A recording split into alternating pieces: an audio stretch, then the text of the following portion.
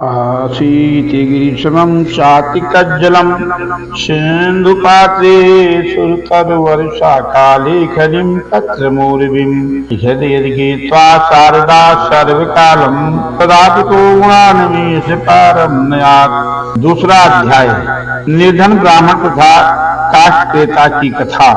सूतो 8 धन्यात् संप्रोक्षामि कृतम इन पुरा दुजाहा। श्री सूत जी कहे, हे दुजो, अब मैं पुनः पूर्व काल में जिसने इस सत्यनारायण भगवान के व्रत को किया था उसे भली भांत विस्तार पूर्वक कहूंगा। आप लोग ध्यान से सुने। रमणीय काशी नामक नगर में कोई अत्यंत निर्धन ब्राह्मण का था। भूख और प्यास से व्याकुल होकर वह प्रतिदिन पृथ्वी पर भटकता रहता था। ब्राह्मण प्रिय भगवान ने उस ब्राह्मण के दुख को देख करके ब्राह्मण का रूप धारण करके उस दुज की आदर पूर्वक पूछा, हे विप्र, प्रतिदिन अत्यंत दुखी होकर इसलिए पृथ्वी पर भ्रमण करती रहती हो। दुश्रेष्ठ, यह सब बताओ, मैं सुनना चाहता हूँ। ब्राह्मणो अतदरिद्रोहम भिक्षार्थम वे भ्रमे महिम। ब्राह्मण ने कहा, हे प्रभु, मैं अत्यंत दरिद्र ब्राह्मण हूँ, भिक्षा के लिए ही पृथ्वी पर घूमता रहता हूँ। मेरी इस दरिद्रता को दूर करने का आप कुछ उपाय जानते हो, कृपा करके बताइए। भगवान ने कहा, ब्राह्मण देव, सत्यनारायण भगवान विष्णु अभीष्ट फल को देने वाले हैं। हे विप्र, तुम उनका उत्तम व्रत एवं पूजन करो। ये करने से मनुष्य सभी दुखों से मुक्त हो जाता है। व्रत के विधि विधान को सभी ब्राह्मण से पूर्वक कहकर ब्रज ब्राह्मण रूपधारी भगवान सत्यनारायण वहीं पर अंतर ध्यान हो गए। ब्राह्मण ने जैसा कहा है, मैं उस व्रत को अच्छी प्रकार से वैसे ही करूंगा। या सोचते हुए ब्राह्मण को रात्रि में निद्रा नहीं आई।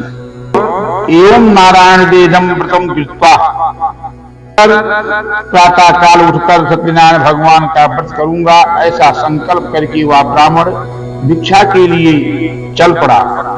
ही ब्राह्मण को भिक्षा में बहुत सा धन प्राप्त हुआ। धन से उसने अपने बंधुओं के साथ भगवान सत्यनारायण का व्रत पूजन किया। इस व्रत के प्रभाव से वह श्रेष्ठ ब्राह्मण सभी दुखों से मुक्त होकर संपन्न और संपत्तियों से संपन्न हो गया। से लेकर के प्रत्येक महीने उसने इस व्रत को किया। इस प्रकार भगवान सत्यनारायण के इस व्रत को करके वह श्रेष्ठ ब्राह्मण सभी पापों से मुक्त हो गया और उसने दुर्लभ मोक्ष पद को प्राप्त किया। पृथ्वी पर जब भी कोई मनुष्य सत्यनारायण का व्रत पूजन करेगा, में उसके समस्त दुख नष्ट हो जाएंगे। हे ब्राह्मणों, इस प्रकार भगवान सत्यनारायण ने महात्मा नारद से जो कुछ कहा, मैंने वह सब लोगों से कह दिया है। आगे आप और क्या जानना चाहते हो? कहा, हे मुनि, इस पृथ्वी पर उस ब्राह्मण से सुनने के बाद व्रत को और किन किन लोगों ने किया, वह जानने की हमारी इच्छा है। शिशु जी बोले, मुनियों, पृथ्वी पर जिसने यह व्रत किया उसे आप लोग सुने। एक बार एक दुज श्रेष्ठ अपनी धर्म पत्नी के साथ बंद बांधुओं तथा पारिवारिक जनों के साथ व्रत करने के लिए उद्यत हुआ। इसी बीच एक लकड़हारा वहां आया और लकड़ी बाहर रखकर उस ब्राह्मण के घर गया। प्यास से व्याकुल हुआ वह उस ब्राह्मण को व्रत करता हुआ देखा।